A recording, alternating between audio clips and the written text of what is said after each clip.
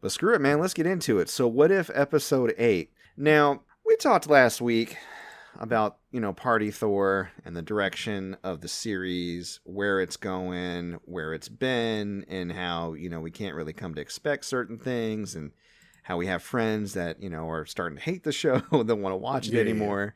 Yeah. And then this episode happens, and you got to have a little faith, baby. I don't even know if we can really talk about it. I mean, is saying anything about the episode a spoiler at this point?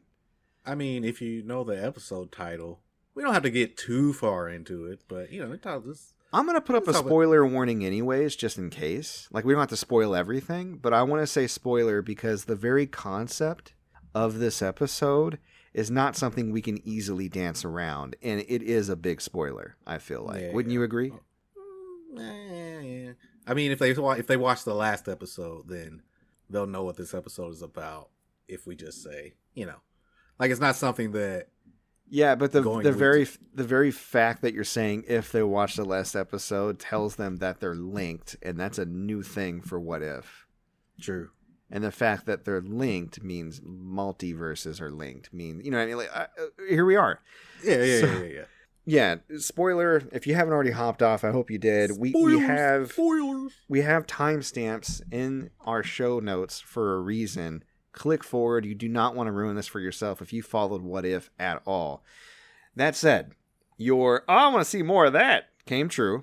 Yeah. Oh my God. We got Vision Ultron with all the Infinity Stones. Yes. Showing up to Party Thor's world. Now, they didn't directly connect to that. They showed the universe where Vision Ultron came to be, where basically Ultron got Vision's body. And how that all played out, and it played out way worse than you could ever imagine. Oh my God, bro! Yeah, literally, it was basically the actual comic Age of Ultron, and not the movie that we got. Because maybe that's why everybody hated Age of Ultron, because it was kind of flaccid and didn't really go as hard as the comic. Yeah, they shouldn't have named it after the comic. They shouldn't have. And I myself haven't read the comic, but I've seen clips, and I've seen what Ultron looks like in the comic, and he looks like this, and it looks dope. Yeah. But it's like, they shouldn't have called it Age of Ultron. But that's the thing with movies now. They like to use age and rise and just like dawn. It's they probably saw the name of the comic, and they're like, that shit's dope. Let's change the story, though. Exactly. And then think about how pissed off people would be. I don't know. Right. But yeah, this episode was fucking bonkers. It was bonkers. I was like I said last week, how I was looking down at my phone because it was just kind of boring. This week I started out looking at my phone, and then as soon as the episode really started, I was just like, well, let me put the phone down because I can tell they're giving me what I want this week. No, I was glued to the tube from jump because you had the watcher kind of hinting at the fact that Ultron won or whatever, and then you had that bomb ass action scene with Black Widow and Hawkeye. It was good. Woo. They're fighting all the robots. Hawkeye was not missing. Wow. It was amazing. Yeah. I think it's so funny out of all the heroes on Earth that they survived just because they were up in the air.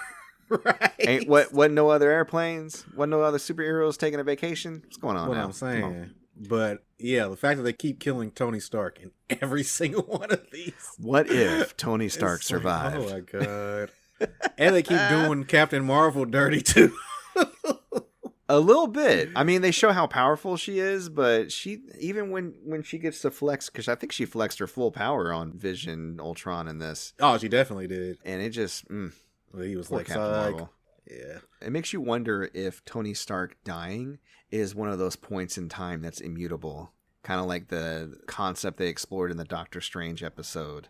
Well, I mean, I don't know if it would be like that in every universe, because obviously in our... Oh, you mean just... Yeah, because he dies in ours. Well, eventually he's going to die. Yeah, but he dies early every single time. We haven't seen a universe yet where he dies of old age. Right. Just saying. Maybe he needs to die. I don't know. I mean, maybe it's a 10-year span of time, of course, so there's that. But... Right. Age of Ultron was working everybody. Mm-hmm. And the story was actually compelling. I really need Black Widow and Hawkeye to figure this out. Yeah. Because this is not good.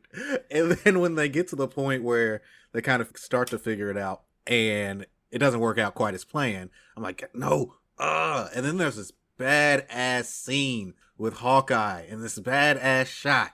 Not of his bow and arrow, but just a shot of Hawkeye. No, I know. The cinematography yeah, in this episode was just God. mwah. I was like, if this was... It reminded me of, in Aquaman, when they're diving into the trench and all of the... Well, I guess they're called the trench, are coming up out of the water trying to attack him. It reminded me of that. I was like, ooh, baby. Yeah, James Wan was flexing for sure. Right. Give me some of that, please. Yeah.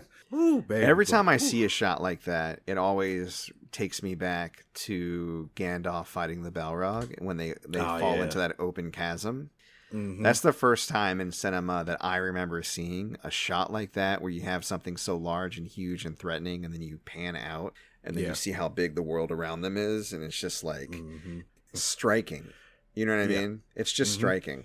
So it's beautiful. We can go on and on, but the big thing about... And we're just going to go full spoilers. Okay, fine. Yeah, let's go full spoilers. The big thing about this episode, well, one of the big things, is that Ultron... is the Watcher's head. Huge. Right. The Watcher's head is big as shit.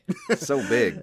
No, it's that Ultron senses the Watcher like many characters have when they've reached a certain level of power in the What If series. Mm-hmm. They start to notice that there is somebody watching them. And he notices, and he's like, I can see you. And the Watcher's like, what the hell? He's like, oh, change the channel. Right? Exactly. He's like, ooh, click away. And then Ultron busts in on his ass. Just like out of nowhere. Oh, man, look at all these universes. Well, it was funny because Ultron basically won, right? He conquered every world in his universe, which is no small feat. I mean, they showed him going around just Ego, bodied. Asgard, bodied. Like... Sakaar, done. Every world that we've ever seen displayed in the universe of Marvel, he went around and just wrecked. Then, the Watcher's narrating his life, and then he realized he was sad because he completed his purpose. So now what? And then Vision's like, wait, somebody speaking my thoughts? Who is that? Right. So yeah, when he busts in, he's like, oh, look at all these other universes I can bring to order, toys. quote unquote. That I can bring peace in our time to. And I was like, oh no, we're in one of those. Stop him, please. Right. And then he starts basically boxing the Watcher. Yeah. And the Watcher actually starts putting up a fight. I was like, oh, I didn't know the Watcher got down like this. Yeah. When he put on his full armor, we're just going to call it the full armor of God. Yeah, right. He put on the full armor of God. And I was like, oh, Ultron, you in for it? Nah. Watcher got holy power. Right. But yeah, man, and then it wasn't enough still, but the fact that the Watcher is powerful enough to go toe to toe with Ultron with all the Infinity Stones. Well, that's the thing that was tripping me up. I put the Watcher on the level, if not above the level, of the TVA. Right. For those who watch Loki, the Time Variance Authority uses Infinity Stones like paperweights. Right. So who gives a shit if Ultron has all the Infinity Stones? The Watcher should be able to pair up with that. I thought. Maybe not. I don't know. Well, also the TVA exists in a space outside of time. Yeah. So they don't have the same effect.